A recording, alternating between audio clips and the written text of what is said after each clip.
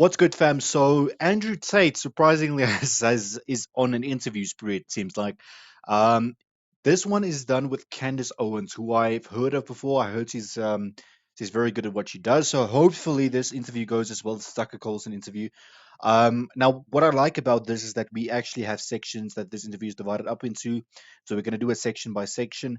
The first chapter that we're going to do is going to be at the out of text clips. That's going to be addressing all of the out of text clips, and then we can actually move on to old business or no regrets also. So we'll do the first two today. If you have any other recommendations you'd like me to check out, please make sure that you leave them down below in the comment section. Please make sure you subscribe to the channel. There's also a second channel that I have that I'm currently trying to get to 1K subscribers, which is full of motivational content and self-improvement content meant to help you level up your life in all aspects. That channel is linked on this channel's page, is linked in the description below, and the name is on the screen, well, at the top of your screens. But other than that, thank you so much for tuning in. If you're interested in merchandise, 30% off currently. That is one of the first links in the description as well. Let's get to it. So guys, Andrew Tate has gone ahead and done an interview with the amazing Candace Owens, which we have linked her channel down below. If you want to join the real world, we have a link in the description. All right, let's just jump right into this. Andrew Tate. Long time. I know, it's been a very long time. Very long time. Actually, I met you downstairs at the Ritz. Correct. George and I were engaged at the time. Yep. And I probably was very swept up in George and barely got time to talk to you, but I do remember you being very polite. So it's interesting to fast forward to today, and you were very much in the UK circuit. Yeah. Now it seems like your celebrity is kind of really hitting the US market. They're kind of finding you for the first time, digging up a bunch of old clips, and there's a lot of pressure now on conservatives to say something really awful about you. Yeah, and we saw that with the BBC interview, right?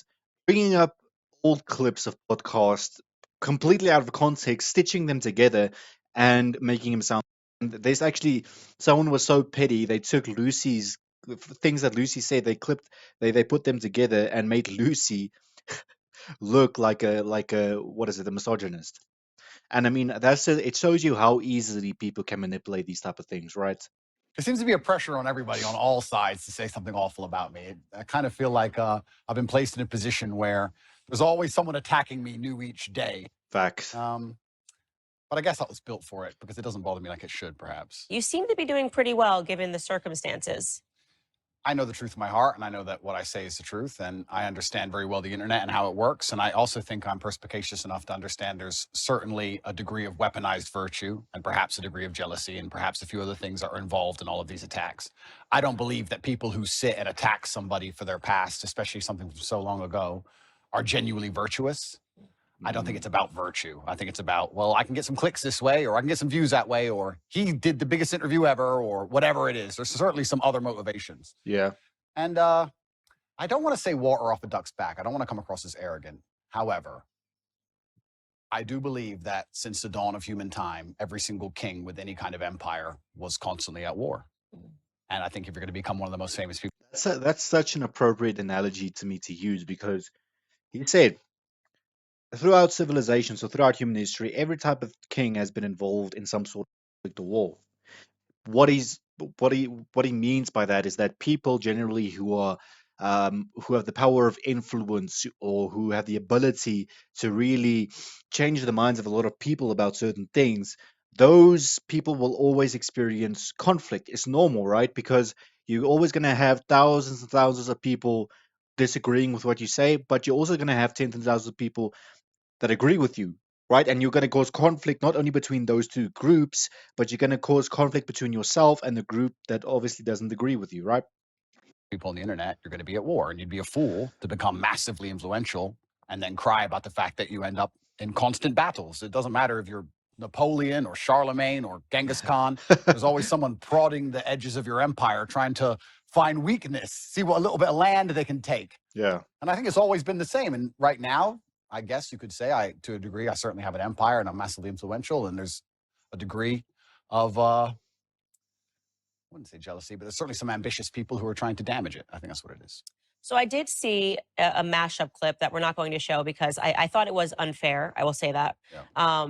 Only because there was no context provided to the clips. It was just Random. An extract of something that you said that 10 years ago. Some of them were literally 10 years ago. Yep.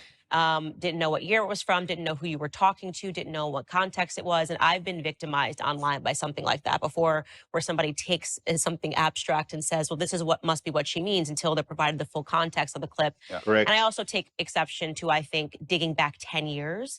I don't know who could survive that litmus test. I'm 34 years old today. Yeah. 10 years ago, today, I speak to my audience. I talk about, they call me puritanical. I talk about, not drinking. Yeah. I think the biggest change has been becoming a mother.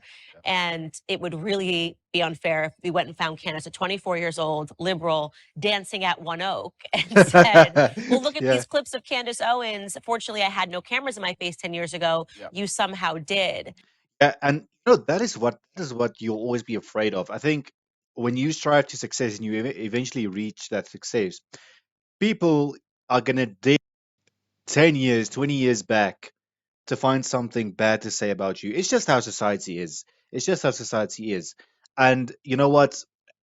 I like to equate it with your favorite artist dropping music, right? Dropping new music, and people begin to like it, it's popular, and then there are always those few people who go back to the past of that artist and say, oh no, look at this shit he said, look at this shit she said, she's actually pathetic. It's the same analogy with this whole story, right? So I think it's a bit unfair. I also think that some of the critique that is coming your way is coming from people who are well intentioned, like they actually don't perceive, maybe perhaps, okay, this is 10 years ago, what the context is, has he changed since? So I will ask the question, and we are going to get into some of those clips. You said you're an open book. Yeah. How have you transformed? And I've seen changes just, I think, in the last 5 years. Yep. Who are you today? How have you transformed? That's a very good question. It's also very important when you talk about Candace from 10 years ago. The idea that you did something 10 years ago, which you would no longer agree with, is one thing. But the second thing, to come along to the conclusion that you now have no value to add to the world, would be massively unfair, right? Yeah. Everybody changes, and that's fine. I'm not the kind of person who's going to sit and apologize for his past. I believe all's well that ends well. I believe we're humans and we grow and we learn. I'd be a fool and I'd be disingenuous to sit here and pretend I was sorry for something I did in the past. And I'm not going to do that. I'm going to be very honest to everyone. We're selling websites on autopilot, and it completely changes the way agencies home. I've talked at length for a very long time about my history and the fact I used to run a webcam business, and I don't feel guilty for that. I know that's maybe what they want from me. I don't feel sorry for that. I've never hurt anybody. At least he admits it. At least he admits. I mean, the webcam business, right? It wasn't morally or ethically correct. I agree with that. Right? But at least he has the balls to admit that I'm not proud of that. That was in my past. I mean, certainly some of the people who hate on him, right, also had things in the past that they completely regret and they probably didn't tell anyone else about. Yet they have the audacity to criticize it. It's a bit hypocritical. That's just honest. It has nothing to do with my current criminal case. Everybody who worked for me was very positive. In fact, my number one supporter is currently online, and my best lifelong friends and some of the letters I got in jail were from people who worked for me at that time. And I had a business, and I'm not going to sit here and try and pretend that I feel guilty or I feel sorry for that. I'm from a low income background. I did what I had to do to survive. Yeah. And truthfully, all in all, being very honest, I don't think what I did was really that bad. And I want to say that. And I know people are going to lose their minds for it, but I didn't sell drugs. I didn't kill anybody. I mean, what did I do? I found a gap in the market and I helped some people organize some accounts on an internet website. That's what I did. And they're going to try and criticize me and crucify me for the next 100 years because of it, because of clips that were made 10 years ago. Yeah. I think it's disingenuous, and I don't think anyone actually really cares about the virtue of it, because nobody who was involved in my life back then is complaining about anything. I think it's just an attack on me.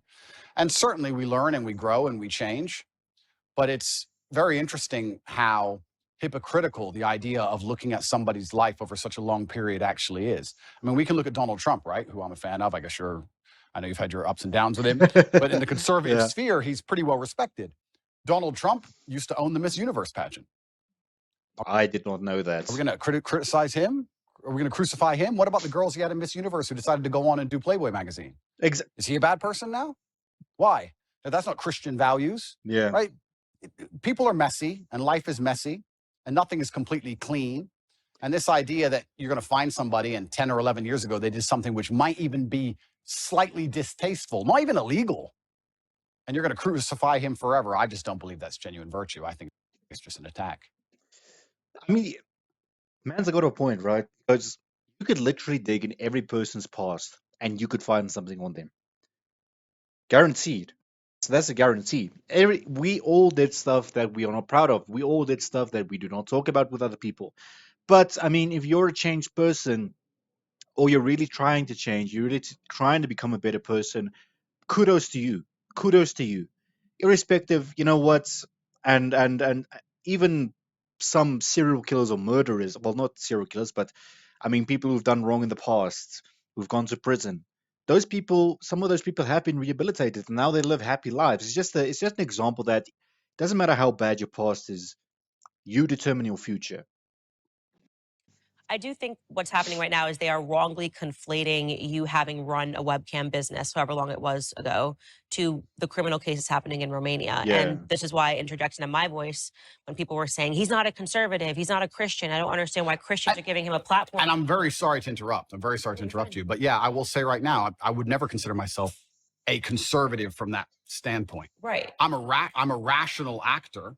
I'm a reasonable person. I'm intelligent. I use my brain. And I guess that makes me align with many conservative issues overall because the other side have lost their minds. Yeah. I don't wake up and stand there as a conservative figure. I don't consider myself a conservative figure. I've just ended up aligning with them on a lot of core issues because I'm a forward-thinking, rational person. But I'm certainly not a I don't stand up and say, hey, I'm a conservative. I'm not interested in whether the conservative want to embrace me from that perspective or not. I have no interest in that. I wasn't even particularly political until my recent debacle where I realized a lot of things about the world and how avoiding politics will not save you, unfortunately. Yeah. That's one of the things I pointed out is I said, he's never said he was conservative. Why Exactly. are we, he is He not. literally never have I heard Andrew say he's conservative. Never in my entire, I've never heard that. Never heard him say he's Identifying as conservative. a Christian. So why are we suddenly using that as whether or not a Christian, a conservative can put him on a platform and talk about something that is relevant? And something that is relevant is whether or not you are being wrongly or unfairly persecuted by a government. Yeah. I have spoken on my platform after examining the charges against Harvey Weinstein. He's clearly not a conservative. He's about as far left as it really gets. Yeah. But that doesn't mean that I don't have an interest in whether or not he's guilty or not guilty and whether or not he was persecuted because of a overtly political movement like Me Too. Yeah. So I do not like that these things are being conflated, but I want to park that aside because we are going to get into your case and just stick with what you just said about the webcam business. So you say you don't have any guilt for it. I'm not sorry. I don't operate in that frame. I don't think it's an intelligent way for a man to go through life to say, I'm sorry. At a younger age, I did the best I could possibly do, and I did the best I believed at the time. What you have to do, and yeah. you grow from it and you learn. And perhaps there's times in your life where you look back and think, well, maybe I would have done this differently because hindsight's always 20/20. Correct. But every rapper sold drugs. Like you get to a certain stage in your career where you no longer sell drugs and you don't do it anymore. But that's part of the life journey, and life's messy. And Let's quickly take this man as an example, right? Let's quickly take him as an example. From a trailer park, from nothing, got involved in got addicted to pills, basically. Now my man's probably, what, is he the best-selling rapper in the world throughout history? I don't know. I think so. He's probably close, but successful as can be. Made mistakes in the past, yes. Learned from them, moved on. Simple. I'm not going to sit here. Well, not simple, but possible. And apologize to any conservative who wants to sit me down and try and give me some moral high ground garbage. I'm not going to listen to it.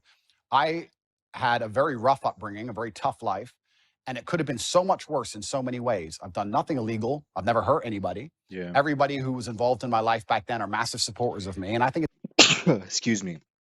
It's very hypocritical for someone to sit, look at a situation they were not involved in and don't understand, look at old clips taken out of context, Correct. and then tell me and a whole bunch of people who were in my life who were all perfectly happy that something bad happened and something wrong happened. I don't think that's genuine.